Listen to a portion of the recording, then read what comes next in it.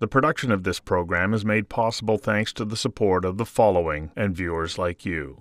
In his book, White Angel, John McLaughlin Gray describes Vancouver of the 1920s as a dirty, smelly, corrupt hellhole. Anyone who passes through the Downtown Eastside of the city today might wonder if he was actually referring to 2020.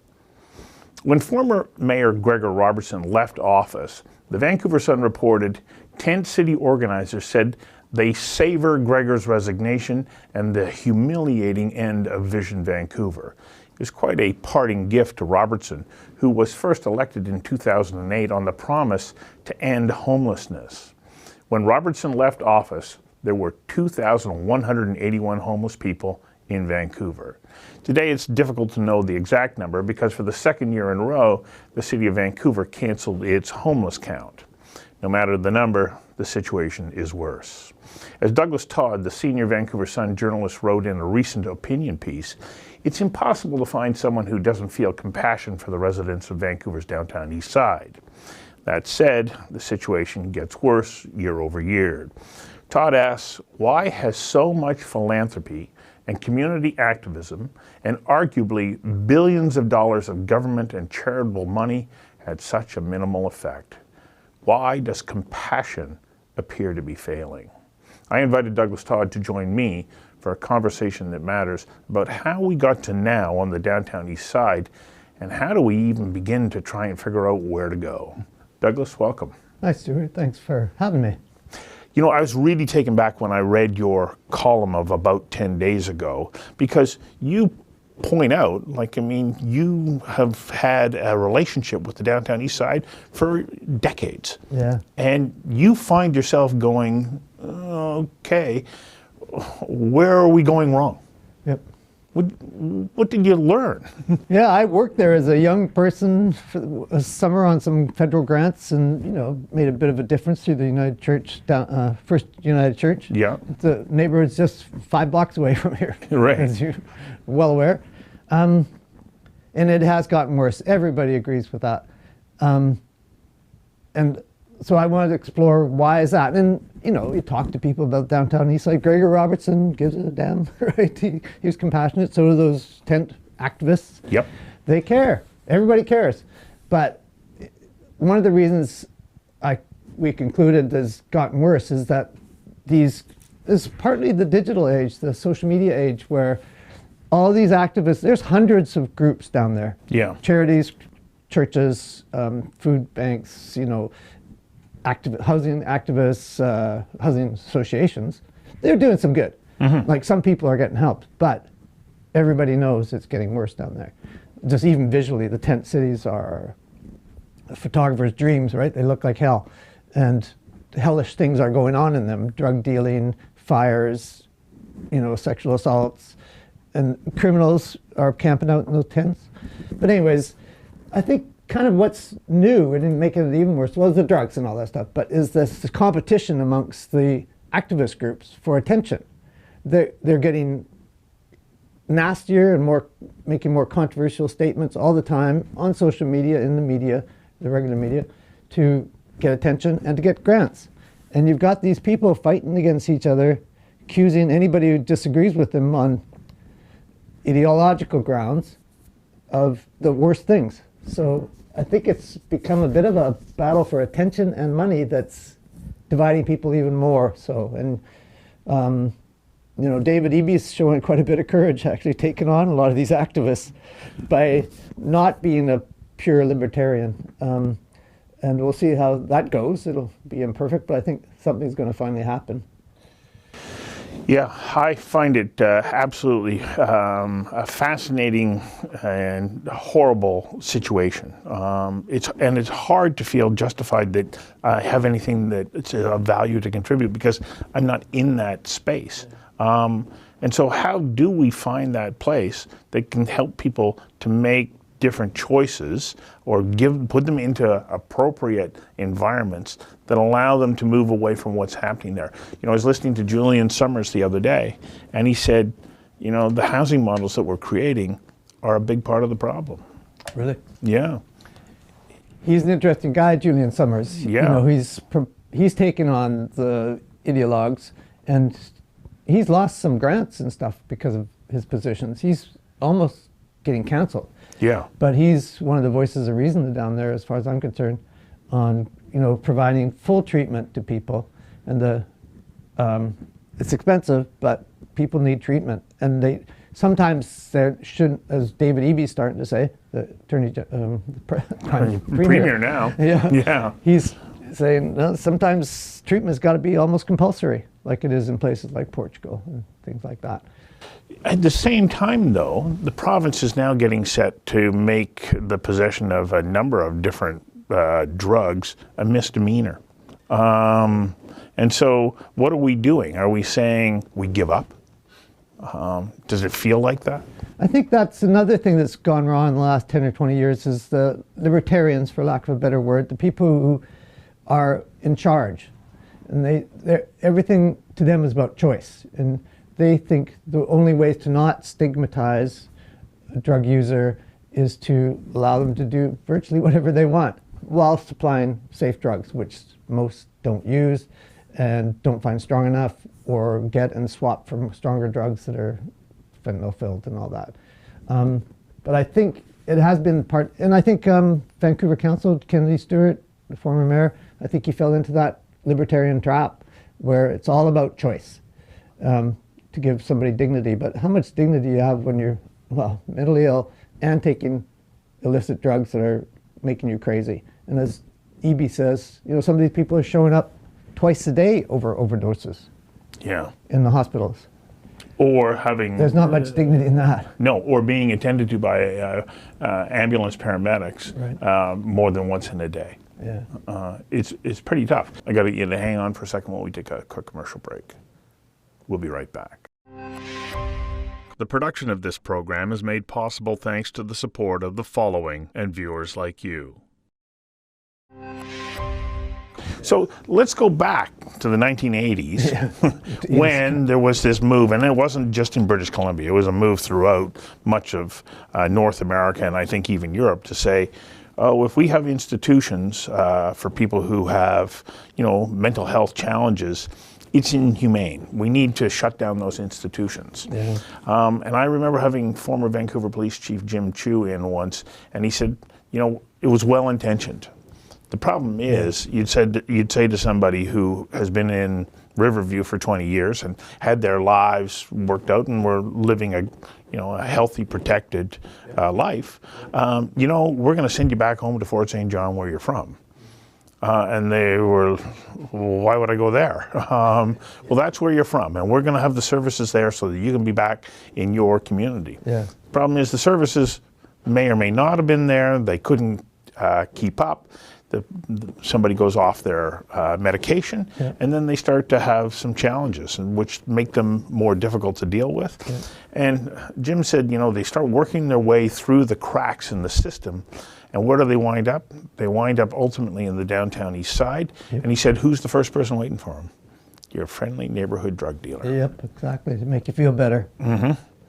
And so then you create a challenge for that individual. And so what choice do they now have? There isn't a system or a place for them to go to. Yeah.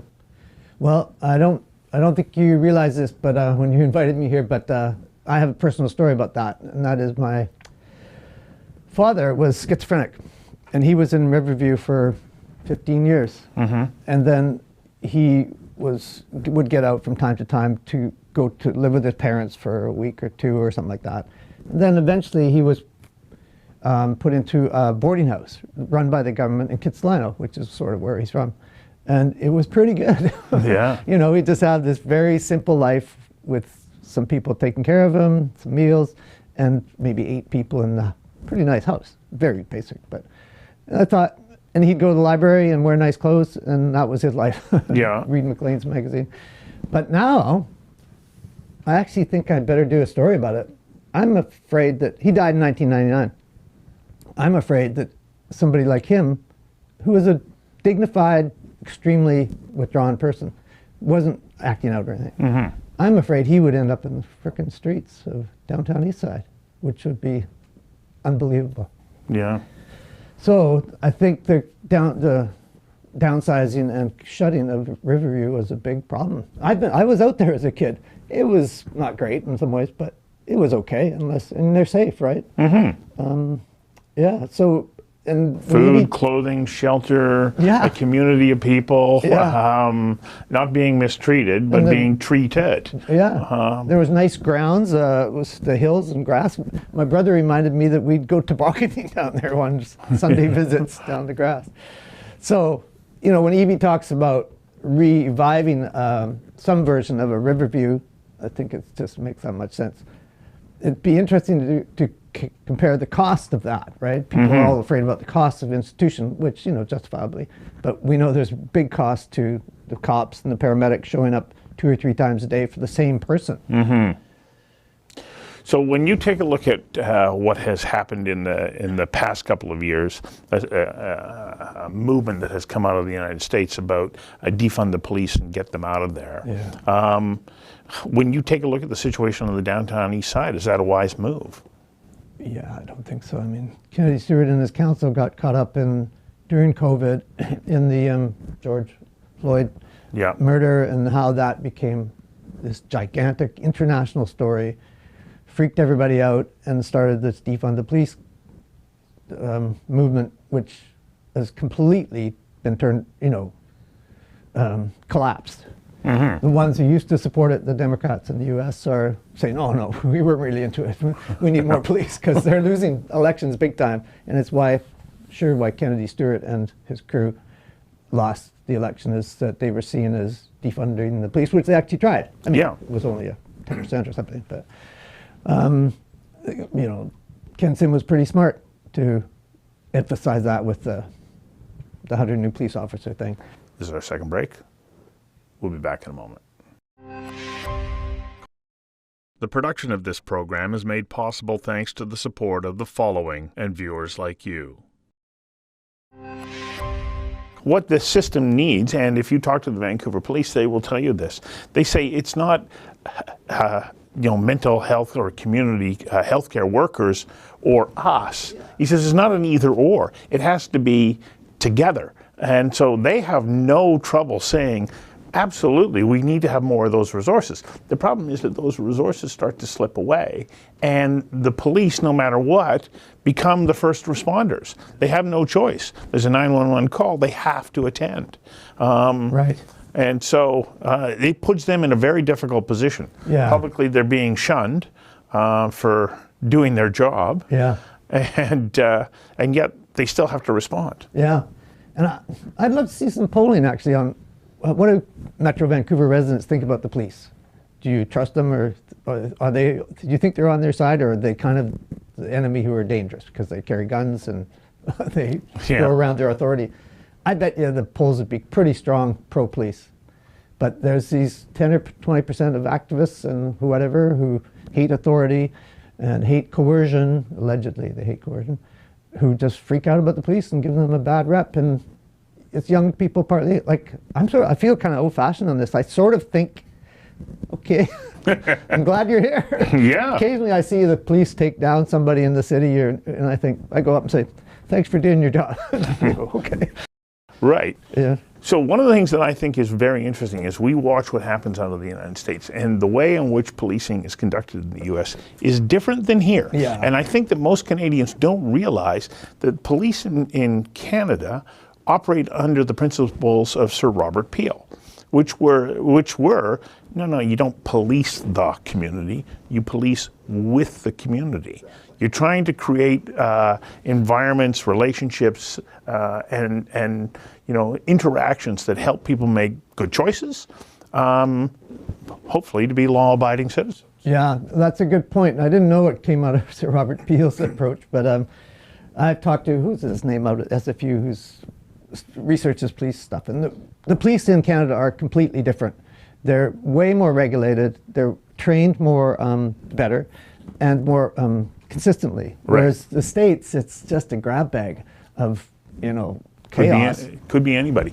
We have professional police who have university degrees, who go through enormous amounts of training. They get paid a livable wage. I was at a function where I was talking to somebody who had been police support service person who'd been down in the southern U.S. and doing a ride-along with on a patrol with a police officer there. And the guy says, hang on a second, I just got to stop in at this pizza shop. And they went in, guy gets the pizza, and then he drives it to somebody's house to deliver it because he was supplementing his income doing pizza delivery while on duty. And what this fellow said, he says, there's such a dramatic difference between the kind of person we get as a police officer in Canada versus especially in many of these smaller jurisdictions in the United States. Yeah. So if we appreciate the fact that the police have to play a role, like they cannot. I don't know if you've ever gone out on a ride along with them when they're doing the community service work. I think it's called Car 54. Yeah. They go out with a community healthcare worker to help people stay on their medication routine. Yeah. Well, a healthcare worker won't go there unless they're escorted by the police. Yeah, right. And you go there with them, and you understand why. Yeah, exactly. Anything could happen. Yeah. People get triggered by whatever. Yep. Yeah. And there's also studies showing way less violence by police in Canada compared to the U.S. and way less violence towards police in Canada. Mm-hmm. So it is a completely different ballgame.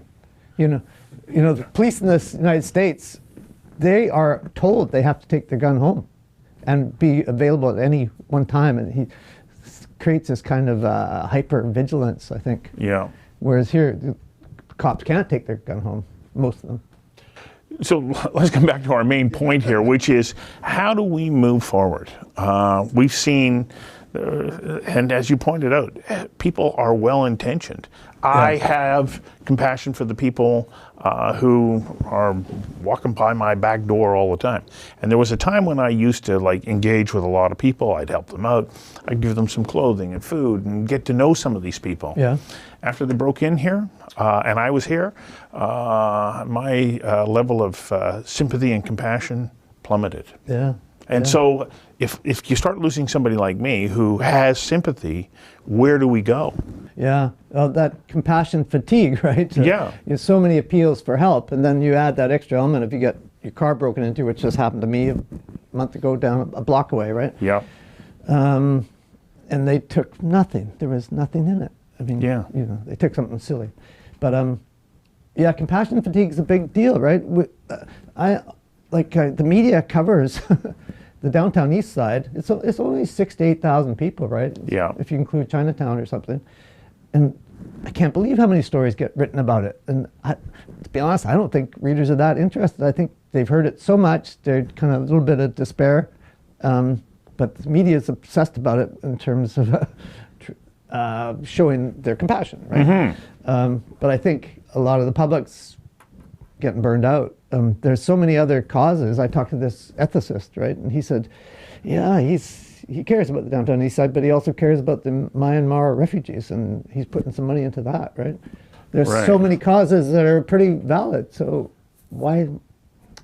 I think the line in your article that really caught me was, and I think you were quoting him, it's a wicked problem. Yeah, that's a fairly high concept thing by these sociologists. This term wicked problem in the Downtown Eastside does represent that, where it's intractable.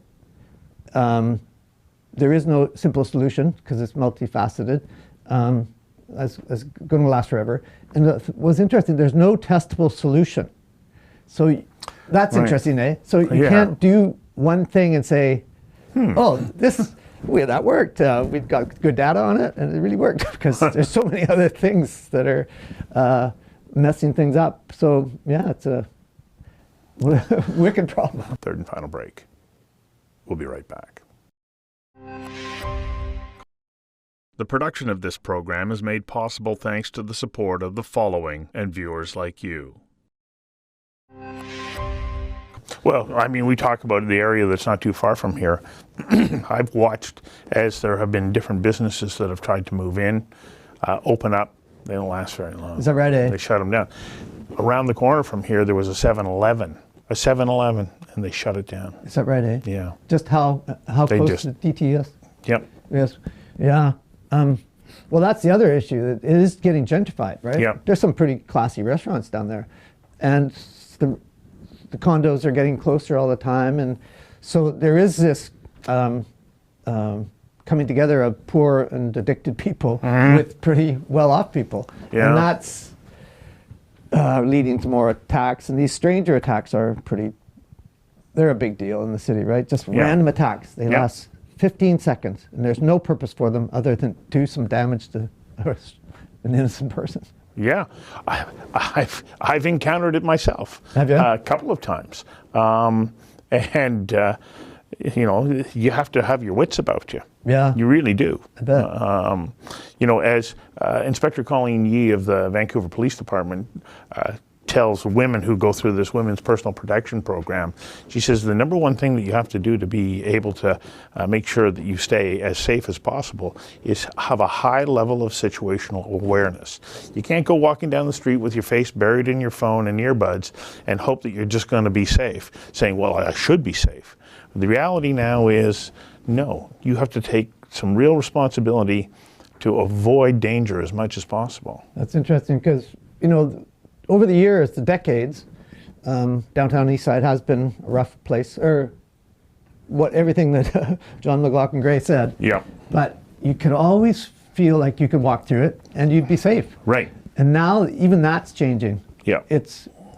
So that's a credit to Vancouver that it has been safe so long compared to a U.S. really poor urban area where you just assume you're going to get mugged. Yeah. Whereas you didn't in the Downtown Eastside. And in some ways, it's still not that bad, which is amazing.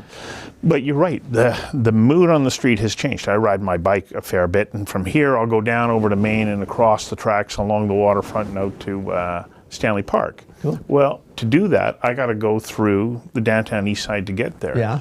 And I sort of calculate my movement to never stop moving on my bike because I don't want to have to start from zero if somebody comes at me. Yeah. So I'm slowly approaching a red light. As soon as it turns green, I'm going. Yeah. Why? Because it's not comfortable there any longer. And it's not like I'm a small guy. You know, I can feel the energy. Yeah. Well, I'm going to ask you, like, okay. Have you seen attacks or cycling through there? No, I have not. I haven't directly witnessed that, but my partner the other day, I dropped her off to go to an appointment thinking I'm driving here to get you safe. Well, from the time out of the car to the corner of the street, all of a sudden there's somebody coming after her. I have to step out and intervene. And what was the person going after her for? Like just probably money or you know, maybe wanting to steal her backpack or whatever, but there was intent there. Yeah. And she turns, starts coming towards me. I'm out of the car, and it's like, okay, you got to back off. And the guy then backed off, but he was coming for her, just like that. Yeah. And even, you know, I don't go down there too often these days. That wasn't even there. That was up at Davie and Burrard. Right. I mean, that whole police thing about random stranger assaults happening is true. Yeah. People are on edge. So I think we solved nothing here, which is the hard part, isn't it? Because as you say, there are no testable solutions. Yeah. And that's disheartening in a way. It is. EB's going to give it a try, and he's finally taking on the people who emphasize choice over everything. Yeah. I think a little coercion is going to be necessary. I'm not a fan of coercion, but I think it's going to be necessary. And I mean, if David Eby does follow through, I mean, we will have something to look at in terms of data. But, you know, still, we're the warmest place in Canada, so people like to come here. And therein lies the problem. I talked to Vancouver Police Chief Adam Palmer the other day. He says, nobody's going across Canada to sleep on the streets of Toronto in the winter. Yeah. So they come here. I know. And we do need more federal support for this. Yeah. This is ridiculous. Yeah. Vancouver gets stuck with this massive issue. Wicked problem. It's a wicked problem. Thanks for coming in and having this conversation. Yeah, thanks a lot.